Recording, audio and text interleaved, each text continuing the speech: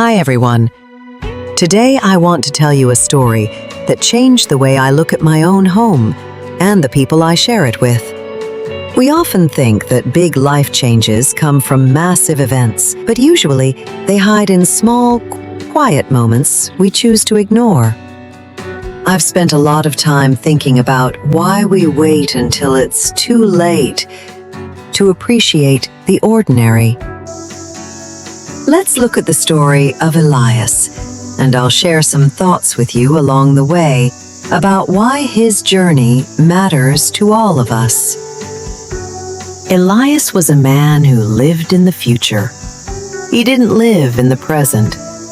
At 45, he was a successful architect in a busy city. His life was a series of when I finish this project, I'll take my wife Sarah to the coast. When I get that promotion, I'll finally play ball with my son in the backyard. His house was beautiful, filled with expensive furniture, but it felt like a hotel. He'd come home late, kiss the top of his son's head while the boy was already asleep, and give Sarah a tired smile. "I'm doing this for us," he'd say. And he truly believed it.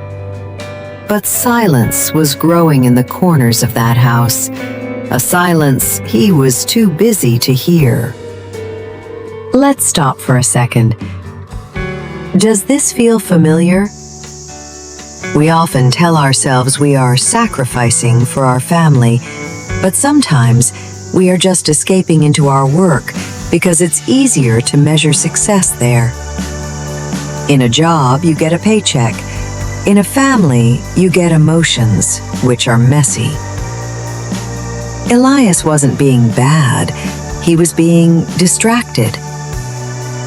Think about your own life. What is the one thing you are currently pushing off until next month?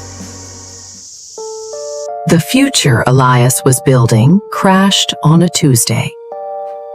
It wasn't a car accident or a dramatic movie moment.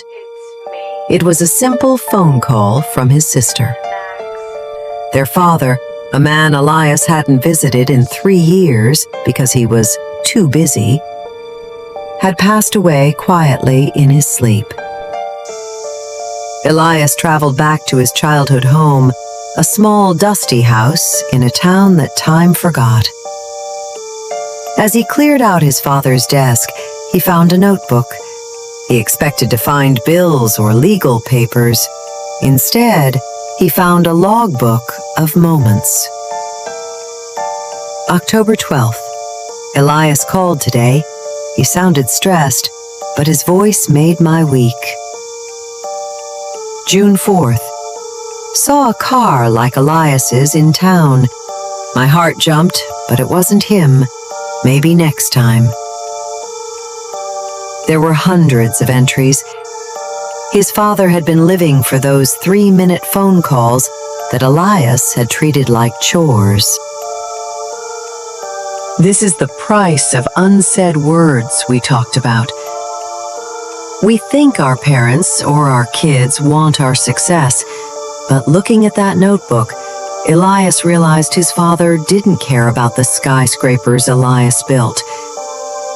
He cared about the 3-minute versions of his son. It's a hard truth to swallow. We are so busy trying to give our loved ones a better life that we forget to give them us. The person is the gift, not the things the person buys. Elias didn't quit his job the next day. This isn't a fairy tale. But he did something more radical. He stopped living in the when. He went home, sat on the kitchen floor with his son, and helped him build a Lego castle.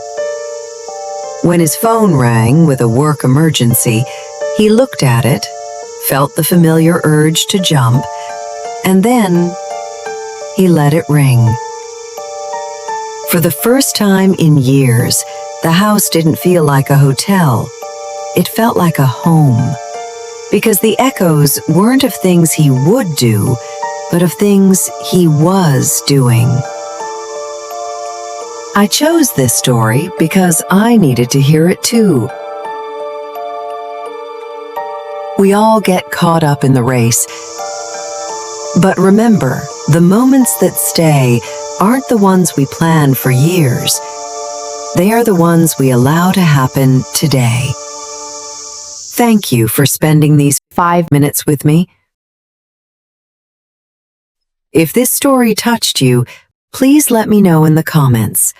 What is one small moment you're going to cherish today? I'll see you in the next video. Take care of yourselves and each other.